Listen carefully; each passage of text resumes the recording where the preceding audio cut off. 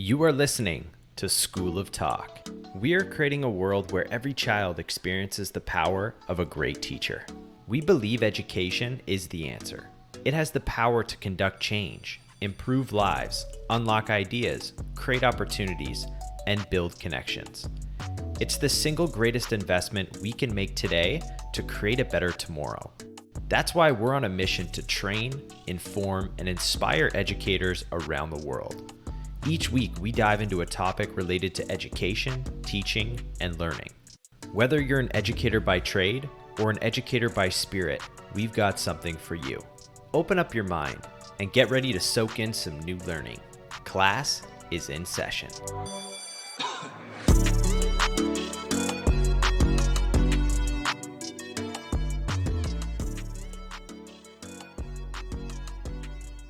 Today's episode features Kate Mulligan, a napping activist, diversity advocate, and innovator. Featured in BBC World Service and Yahoo News, she is the founder of Rest Space, a group that dares to revolutionize the future of workplace well-being through rest. Today we ask, could we see napping spaces in schools of the future? Welcome back to the School of Talk. Today we're joined by Kate Mulligan. Let's just get straight into it. What is napping, Kate? So napping is short periods of sleep that are outside of your main cycle of sleep. So napping can be just before you go to bed. It can be just after you wake up, but not quite recommended. It's anytime you're having a short period of sleep. Great. And is there anything around? Is 2 minutes a nap? If you're managing to fall asleep, yes, 2 minutes can be a nap. Okay. And obviously you have REM cycles in your sleep. How soon do those REM cycles start to then be in a position where actually it's been an effective sleep or an effective nap? Yeah, so in the napping is sleep. So you go through your cycle similar to how you would in a sleeping state. So the REM cycles generally will kick in about 20 minutes or so into it, but depending on your sleep architecture, even just a short 10-minute nap can still have cognitive benefits, improve your focus. Just giving your brain that rest during periods of day is hugely beneficial. For sure. And more specific, what are the benefits of napping? Oh, definitely. So there's physical benefits. So when you're sleeping, you get physical recovery. Growth hormones are released while you sleep. This can also happen while you're napping, relaxing your brain. And then you get the mental benefits, so improving cognitive function. This helps your memory, your decision making, your creativity. A lot of processing happens when we sleep. It's a very active period. It also helps with building relationships, taking the emotional burden away from things we're experiencing, improves our charisma and our self-control. For sure. Yeah. And obviously, there's a lot of stigma, you could argue, around napping. People accept that sleeping is very vitally important, sometimes the most important thing. But then when you start to have a sleeping pattern during the day, and particularly if you are working in offices or schools or public buildings, and you are napping, there's a bit of a perception there that it's a negative thing, right? Yes, definitely. And I think it's kind of more recent in kind of the age of industrialization moving into where we are, but napping has got a stigma around it. There's this mentality of I'll sleep when I'm dead, or every minute counts, time is money. So we're missing out on those opportunities to be productive. But what we don't realize is that our brains need the rest in order to be productive. The type of work we're doing is very cognitive heavy, and being able to implement those periods of rest makes us better at work. So humans, we are meant to nap. It is part of our kind of DNA, if you want to say. We have a dip in our body temperature around napping time, which people say is an indication, a biological indication that napping is something humans are meant to be doing. Okay. And have you delved into any research behind that specifically? So you say that humans should be napping. What evidence is there or scientific research out there that says, okay, it's very clear that either these civilizations used to nap and got these effects, or this science research indicates that napping has a massive effect on productivity and the other things that you mentioned? Yeah, so in terms of looking back in human history, we've always napped. The napping is part of the sleep cycles or the sleep patterns within society. I also like to say more than half the world currently nap. So if you look at Southeast Asia, China, Japan, Thailand, Vietnam, napping is ingrained into the way you do things. A lot of Africa, it's the same. The Latin world, it's the same. The perceptions on napping, removing it from our daily habits, tends to come with industrialization, right, where time is money, because the more bolts you screw onto a car, the quicker that production line moves, which isn't heavy. Yeah. So there's that element where it's built into how we have evolved as humans. The other element is when you look at the benefits that we get from napping, they are amazing. So I've mentioned improving cognitive function, improving our self-control, helping us get through the emotional hurdles that we might be going through during the day, improving our productivity. So napping increases productivity by up to 37%. But from a physical health perspective, there's a study that shows that napping decreases your chance of heart disease by up to 39%. Napping 3 times a week. And when you look at what happens when we sleep, the type of recovery that we have, it makes a lot of sense why it's so beneficial for us. Great. And if I've perceivedly had a fantastic night's sleep, whatever that means to me, do I still need to nap the next day? Or is it only those occasions where naturally you do have a bad sleep? Maybe if you're a parent and you've had to wake up your kids, etc. What's the knowledge behind that side So of I'll things? say 100% have a nap the next day if you've had a great sleep. Reason being is whatever you've learned during that day, you're giving your brain an extra opportunity to process it, to store it into your memory, to connect it to different areas. So it will boost your creativity, it'll boost your productivity. So definitely that period of reflection during the day is super needed. If you are sleep deprived, then the benefits of a nap kind of helps you get back to your base functioning level. Whereas if you're not sleep deprived, the nap will increase your functioning level. And let's say if I'm going to be, okay, next week, I'm going to be in a position where I'm going to proactively think about napping or taking a period out to nap. What sort of spaces, particularly when we start thinking about in the workplace, would be a good location or a good chair, a good area to be able to fall asleep effectively? Definitely. Napping is very personal. And I think our sleep habits are very personal. But the things that generally work for most people is somewhere quiet where you're not going to be interrupted. When we're in public spaces, our brains struggle to switch off because we're in such a vulnerable state. So going to a place where you do feel secure, quiet, and private can help you just go into those deeper phases of sleep. Light, especially if you're someone who's sensitive to light, going somewhere that has got that light block-in darkness can help. But by all means, like a lot of people have no problem sleeping when there's a bit of light around. So sound as well, you want to be in a space where you're not going to be disturbed. Great. Is napping more important for children, or would you say it's more of a case for adults, or sort of both? Both. Napping something I feel we should do throughout our life. I think children is an amazing example, and I'm sure lots of teachers and people who work with kids know this. The minute the child has a nap, their behavior just changes drastically and for the better. As humans, we're the same as we grow up and into adulthood, but maybe it's not as obvious because we've learned to mask our emotions and kind of adapt our behavior, but we're getting the same improvements. We're happier, we're more engaged when we've had naps as adults. Yeah. And I suppose if we do start implementing napping as a normal routine for a child at schools, for example, then that stigma eventually will start to be reduced because it becomes a normal process. Let's say if students from kindergarten all the way up to sixth form, college, maybe even university, and it's part of their everyday or 3 times a week, as you suggest, then by the time they're adults in a decade or in 2 decades time, that stigma that you spoke about napping could be removed and becomes part of normal daily routines. Definitely. I think one of the studies I absolutely love is a Chinese adolescent napping study. So in this study, they looked at 4,000 students within China and kind of their progression through their educational experience. So in China, napping continues throughout your education, it continues into your university, and it continues into your job.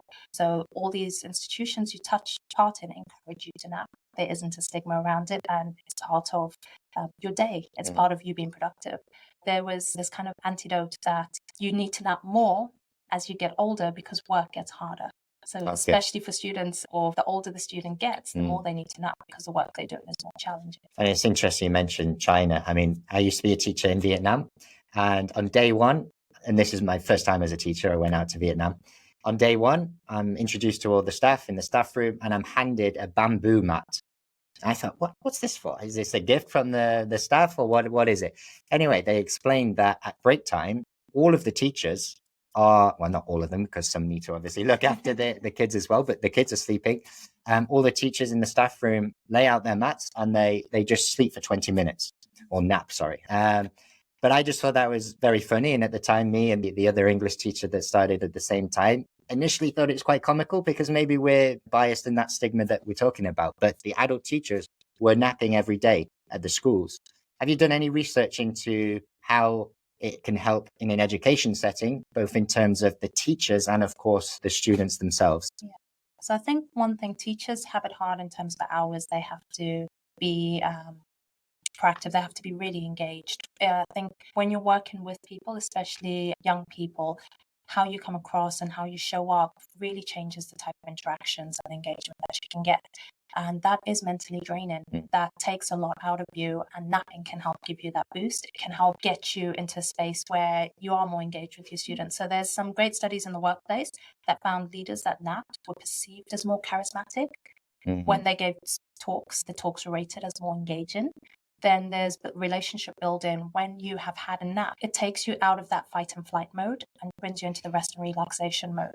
So it improves relationship building. When you approach relationships, it's less from a threat response mode. So you're more likely to see interactions as positive than the negative aspect of those same interactions. So it changes your perspective on your day-to-day job quite significantly, or the day-to-day interactions you're having, which enables you to build relationships, improves your communication, improves your engagement, and how people perceive you. So that's what was really interesting about the charisma study by Christopher Barnes, is that it changes how people perceive you too, not just how you're experiencing the day-to-day.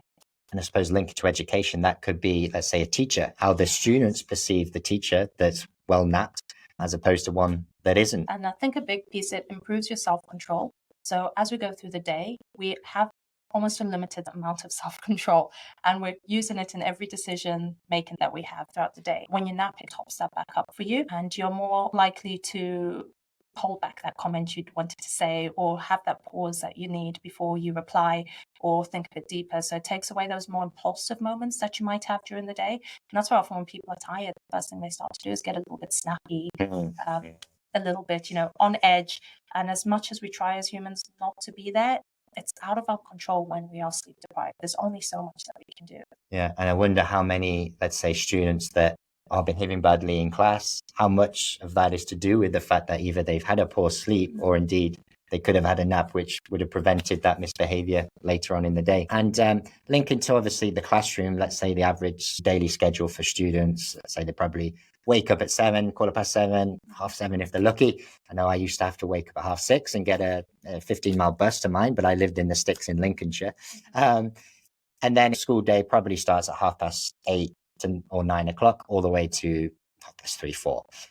What would you say is the perfect time during that period to nap? So napping does depend on, again, it's very individual. We all have different rhythms. Roughly around a third of the population is night owls, a third are morning larks, and the rest of us are just somewhere in the middle.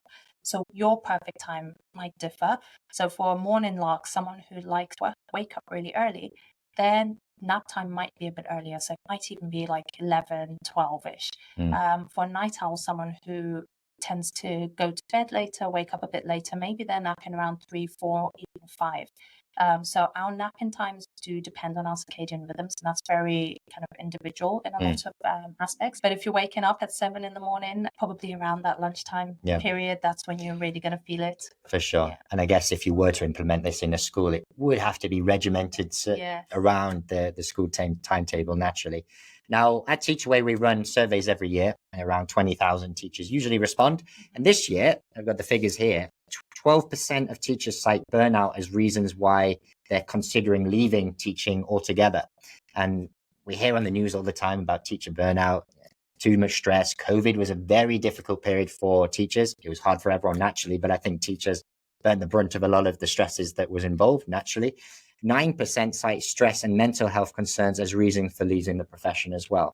So how attached do you think is napping to mental health and stress? I think it's huge. So I feel like it's an important tool to help us cope that little bit better.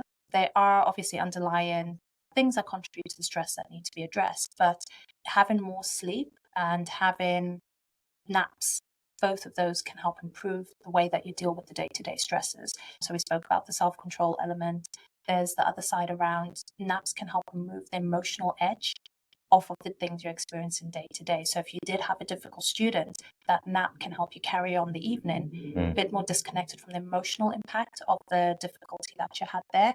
Or if you've just been bombarded with a lot of work to do, your to-do lists, that nap can help you refocus and think, okay, what's the most important thing for me to start with now, or help you hopefully feel a bit more able to cope from that perspective, because your decision making is improved a little bit and you're able to take a bit more of a step back and see the big picture.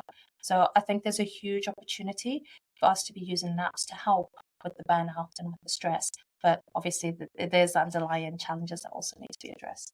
Of course, and linking to the students particularly, I suppose having a regimented napping system in a school day, there's a degree of equity there in the fact that a lot of students, unfortunately, for whatever reason, might have very poor sleeps.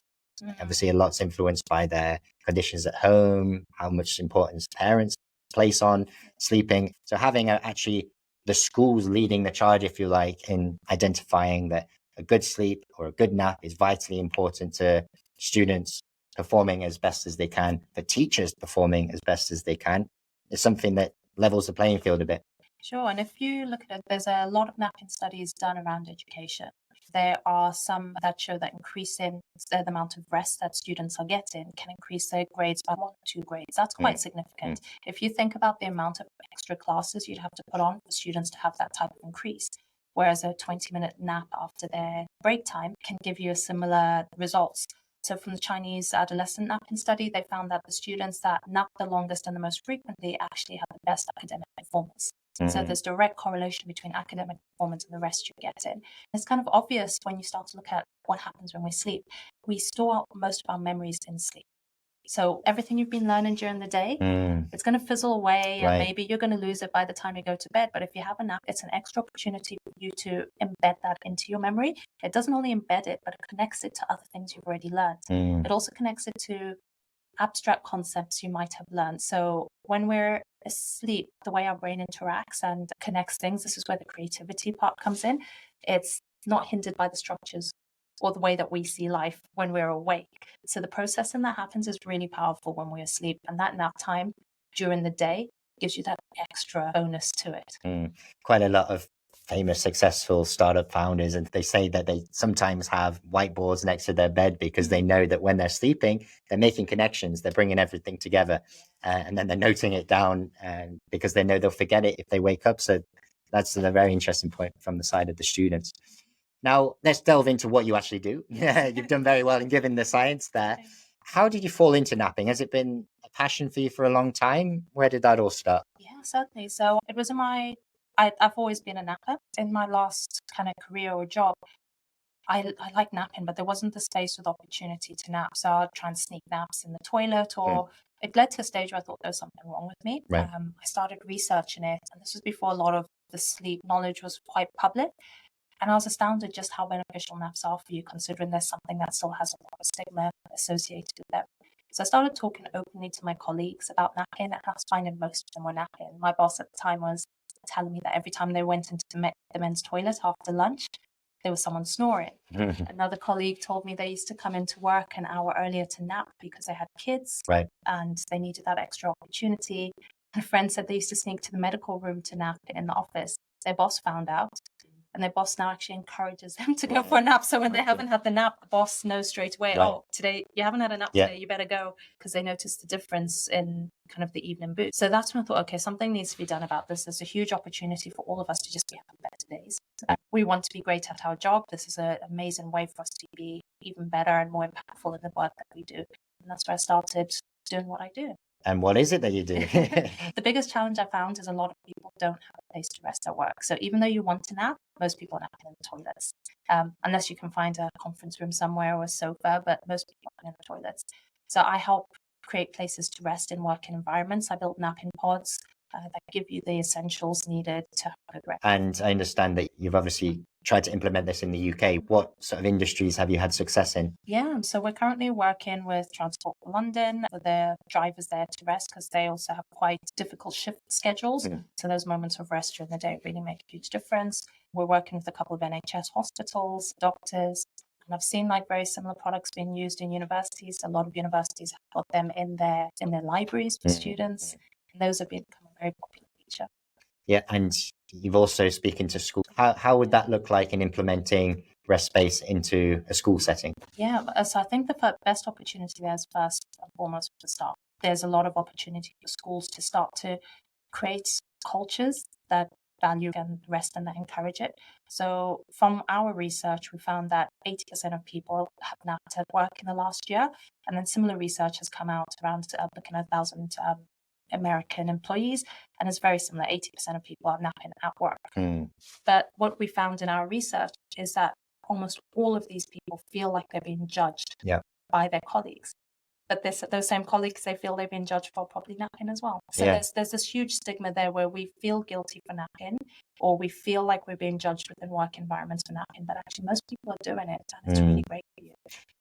And why do you think that stigma is here in the Western world and it's clearly not in Asia? I know you mentioned potentially because the Industrial Revolution and we're very work focused in the West, but the same could be said for places like China and Japan with their work schedules. It sounds even crazier than ours sometimes. Why do you think that stigma exists here, but not necessarily over there? I wouldn't be able to make the exact comparison, but the things that I have seen that create that stigma is the grind culture. So this idea of just I'll sleep until I'm dead, early bird catches the worm, time is money. So that kind of grind culture or having a second hustle, constantly being on, is very ingrained into our working cultures here. I think we glorify a lot of people who might be outliers, if that makes sense. So you become successful, you have one or two outlier habits, and that outlier habit gets attributed to your success, which might not be the case, or it might be very unique to that person. So I think there's that tendency to get inspiration sometimes from things that don't work for everybody, and kind of linking back into the meditation, reflection, the way we see spirituality. I think there's a great resurgence of people reconnecting to how they rest, reconnecting to meditation and practices of downtime, which I think was more strongly embedded in Eastern cultures than we have here at the moment.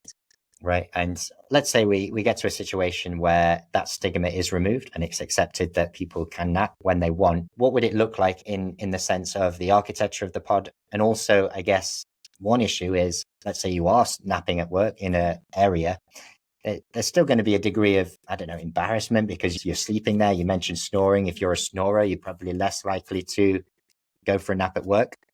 What have you done at Rest Space in order to combat those problems? Yeah, definitely. So the challenge we're seeing is a lot of organizations just don't have space for dedicated rooms. That's it. You don't have the opportunity to create a nap room for your staff. Napping is personal. So a lot of people don't want to be seen napping. They rather not rest than to be seen resting, because when we rest, we're in a very vulnerable state. So if we are not in a comfortable space, we don't fully switch off. We don't get the best benefit we can from those rest. So the considerations we've done at Rest Space is, what can we have that can fit in existing environments? So this can fit into your existing staff room or staff areas. There's no need to carve out a completely separate room. Or maybe you do have a wellbeing room, but you want it multi-use. So you want people to be napping as well as space for meditation. So this is what we've created. So our Rest Space is kind of the lone rest space. But the key things is it offers full privacy. So this is where you find a lot of people would nap in the toilets, because you have privacy in the toilets. You can lock the door. Nobody's going to interrupt you. So we have full privacy. We have darkness or soft lighting, so you can adjust it to what you need. And for a lot of people, darkness is fit for that. Then we also have noise reduction. So again, you mentioned snoring. I do know a lot of people, they are snorers, and then they sacrifice their own rest because they don't want to disrupt other people. So noise reduction, again, helps with the snoring, but it also helps reduce you being woken up because outside noises. So I'd say those are the main considerations we've put into what we do and the environments that we create. And how is it? Obviously, you created Rest Space relatively recently in 2020, so still a startup. And you're battling not just growing a startup, which is difficult no matter what industry you're in, but also you've got that public stigma that you need to overcome, not just as an organization, but as the napping industry. How have you found that in terms of the problems that it poses you to grow and scale your business? Yes, we spend a lot of time working with organizations to just help address the cultural side of things. So when we start working with someone, it might just be around educational series about help them and their staff become more aware of what good rest patterns look like, about the benefits, about how you might tap into some of those benefits. And then maybe we'll work with them in creating the spaces that are needed. There's a lot of educational stuff that's coming out now, which is amazing. I'm absolutely loving the focus on sleep that we've developed over the last few years. A lot of people now can describe to me the stages of sleep. Earlier, you asked me a few questions about the stages of sleep. A few years ago, nobody knew what deep sleep was. few years ago, we had no idea what was happening. There's a huge educational piece that as a whole in society, we're all coming along with. So I think that's a great opportunity there. It's allowing organizations to open up that conversation and to have very honest conversations with their members of staff, because now there's a language, there's vocabulary, there's an understanding that we can bring into those conversations that we didn't have before. Before it's just like, oh, I want a nap because it's good for me, I think. Or Right. it makes me feel good, I think. So Yeah. whereas now we have that vocabulary, the research, and understanding of what's happening. Fantastic. And if there's a school leader or a school group looking and listening to this podcast and they're interested in finding about how they could implement rest space into their schools, where can they find you? Yeah, you can find us online. So LinkedIn, restspace.com, and Instagram. Yeah. Google rest space for first page. First page. Yeah. Is it number one in the SEO or are you still? Yes. Oh, fantastic. Yeah. That takes time. That's difficult. Great. It's great having you on the episode. I'm now going to go for a nap because after all that is maybe tired, but thanks for listening again and we'll tune into the next one. Thank you for listening to this episode of School of Talk. If you enjoyed today's episode, be sure you subscribe to the podcast. If you loved today's episode, share this out with a friend. Class is dismissed.